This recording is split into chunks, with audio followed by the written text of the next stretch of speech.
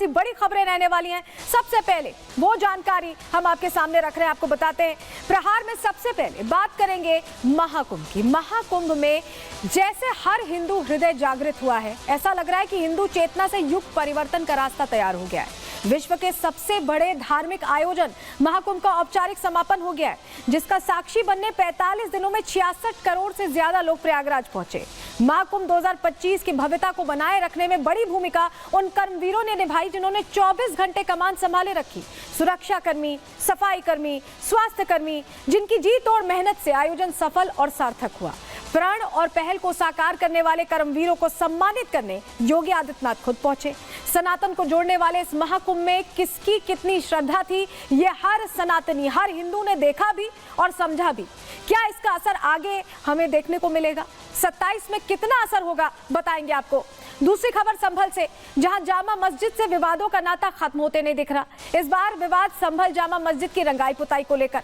संभल जामा मस्जिद पर रंग चढ़ेगा या नहीं, इसको लेकर अभी सस्पेंस बरकरार है। तो वही स्थानीय हिंदू आशंका जता रहे हैं कि कहीं ना कहीं मुस्लिम पक्ष रंगरोगन के बहाने संभल जामा मस्जिद से हरिहर मंदिर के सबूत मिटाने की कोशिश कर सकता है। दरअसल जामा मस्जिद कमेटी ने मांग रखी कि रमजान से पहले मस्जिद का रंगरोगन कराया जाए, तो मुस्लिम पक्ष की इस याचिका पर आज इलाहाबाद हाईकोर्ट में सुनवाई हुई। हाईकोर्ट में क्या हुआ, क्या निर्देश दिए गए, सब कुछ आपको बताएंगे और संभल की तस्वीर भी दिखाएंगे। और आखिर में बात करेंगे दिल्ली की, क्योंकि दिल्ली में सरकार बदलने के साथ ही बदलाव का नया दौर भी शुरू हो सकता है।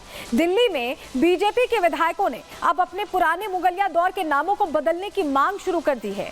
दिल्ली विधानसभा के पहले ही सत्र के साथ ऐसी मांगों की शुरुआत हो चुकी है और दिल्ली विधानसभा के पहले सत्र के तीसरे दिन इसको लेकर किसने मांग उठाई है, क्या कहा है, कौन से इलाकों का नाम बदलने की बात है, सब कुछ आपको बताएंगे। और नए घोटाले की जांच की आंच कैसे आपकी टेंशन बढ़ा रही है, इस पर भी पूरी जानकारी देंगे। लेकिन चलिए सबसे पहले बात करने वाले हैं, महाकुंभ संपन्न हो गया है और कर्मवीरों के सम्मान के साथ रिकॉर्ड भी बना है। लेकिन क्या अब ये रिकॉर्ड वोटों में भी तब्दील होने वाला है? खबर के इस पहलू को अब आपको समझाने जा रहे हैं।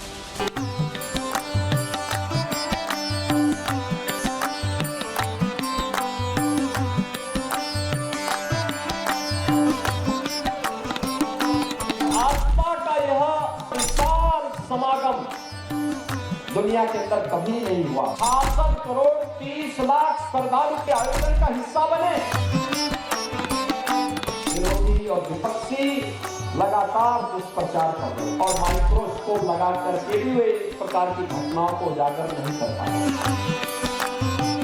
और आज तक आर्थिकी का एक नया संदेश महाकुंभ प्रयागराज में।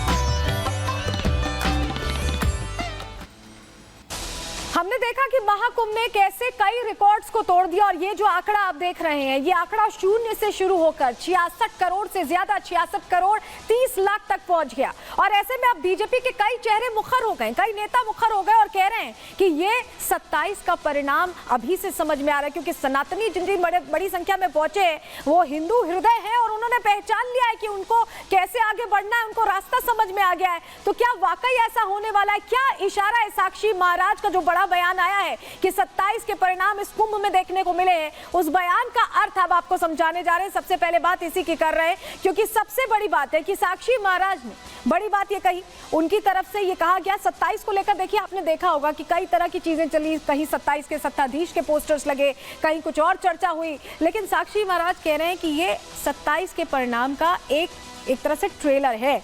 क्यों ऐसा कह रहे हैं इसको तो हम समझेंगे, लेकिन कैसे इतिहास बनता दिखाई दिया पहले वो आपको बताते हैं। जानकारी आपके सामने रख रहे हैं। देखिए महाकुंभ में 66.30 करोड़ श्रद्धालु जुटे हैं और देश में सनातनियों की कुल संख्या 120 करोड़ है, यानी आधे से ज्यादा पहुंच गए। देश के आधे से ज्यादा सनातनी कुंभ में पहुंचे।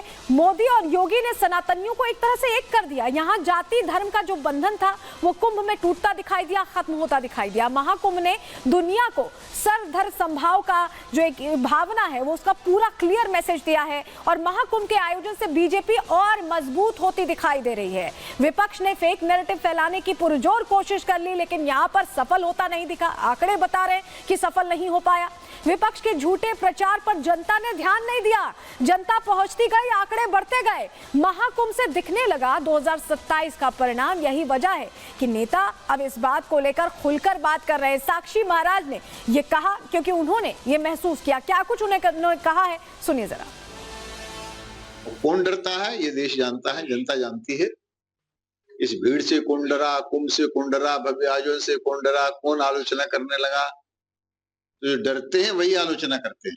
जिनके पास कोई मुद्दे नहीं है वो इसी प्रकार से अनर्गल प्रलाप करते हैं। उनमें से अखिलेश जी हैं, उन्हें कुंभ नहीं दिखाई दे रहा, उन्हें 2027 दिखाई दे रहा है कि उस कुंभ ने 2027 का परिणाम सुनिश्चित कर दिया। वो कुछ और ही सपने देख रहे थे। तो 2025 के कुंभ ने 2027 का परिणाम घोषित कर दिया। उनका दर्द ये है। इस बार का जो महाकुंभ था वो पिछली सरकारों ने जो कुंभ देखे, जो इंतजाम किए, जितनी जनता पहुंची उससे बहुत अलग था। तस्वीरें जरा सबसे पहले आपको दिखा रहे हैं, 6 तस्वीरें देखिए। ये 6 तस्वीरें अपने आप में बता रही कि कैसे और सरकारों में जो कुंभ हुआ उससे बहुत अलग ये कुंभ था। पहली तस्वीर देख रहे हैं आप, कुंभ में साधु संत पहुंचे। जो आंकड़ा है वो भी यहाँ पता चल रहा है आपको, ड्रोन शॉट्स हम दिखा रहे हैं। 75 देशों के विदेशी श्रद्धालु भी पहुंचे हैं। वहीं कड़ी सुरक्षा व्यवस्था, जो पुलिसिंग थी यहाँ पर, वो स्मार्ट पुलिसिंग के तौर पर देखी जाए, क्योंकि यहाँ बिना हथियारों के ही इतनी बड़ी भीड़ का प्रबंधन किया गया। स्पेशल ट्रेनें चलाई गई। वहीं इकोनॉमी को भी बूस्ट मिलता दिखा, क्योंकि व्यापारियों की बल्ले बल्ले होती दिखी। तमाम जो सैलानी थे वो पहुंचते रहे, बड़ा आंकड़ा बढ़ता गया और ऐसे में इकोनॉमी को भी, एक तरह से अर्थव्यवस्था को भी एक पुश यहाँ मिलता गया। तो जो साक्षी महाराज कह रहे हैं कि ये 27 के परिणाम की ओर इशारा है, क्यों कह रहे हैं इसको जरा हम समझें, क्योंकि ये जो आंकड़ा है ये अपने आप में बहुत सारे सवालों के जवाब समेटे हुए जानकारी आपको दे रहे हैं। क्योंकि देखिए 45 दिन में 66 करोड़ 30 लाख श्रद्धालु पहुंचना, और ये श्रद्धालु जो थे, अमूमन क्या होता है कि हिंदुओं में भी अलग अलग पंथ हैं, अलग अलग जातियां हैं, लेकिन उसको देखें अगर तो यहाँ कोई जाति में यहाँ पर डिवाइडेड नहीं था, ये कहीं बटे हुए नहीं थे, ये बिल्कुल एकजुट एक साथ थे। और यही वजह है कि सनातन का जो ये महाकुंभ था इसमें हिंदू एक होते दिखाई दिए। ये हिंदू चेतना को जगाने वाला कुंभ था, ये हिंदुओं को एक करने वाला कुंभ था, और ये रंग पूरे प्रयागराज में बिखरा दिखाई दिया। इस तरह की तस्वीरें सामने आई। लेकिन आपको जरा बताते हैं कि जब हम कह रहे हैं कि ये जो आंकड़ा है ये अपने आप में बड़ा कीर्तिमान स्थापित करने वाला आंकड़ा तो है ही, लेकिन फ्यूचर में क्या होगा, भविष्य में क्या होगा, उसका इशारा देने वाला आंकड़ा भी है। क्यों हम ऐसा कह रहे हैं जरा आपको समझाते हैं। जानकारी देखिए, अभी पिछले जो लोकसभा चुनाव हुए थे 2024 में हुए थे, 19 अप्रैल से लेकर 4 जून तक चले थे और करीब 46 दिन चले थे। 46 दिन में कुल वोट कितने पड़े? 64.64 करोड़, यानी 64 करोड़ 64 लाख ये वोट पड़े। अब जरा महाकुंभ में समझिए, 13 जनवरी से 26 फरवरी तक चला, 45 दिन चला।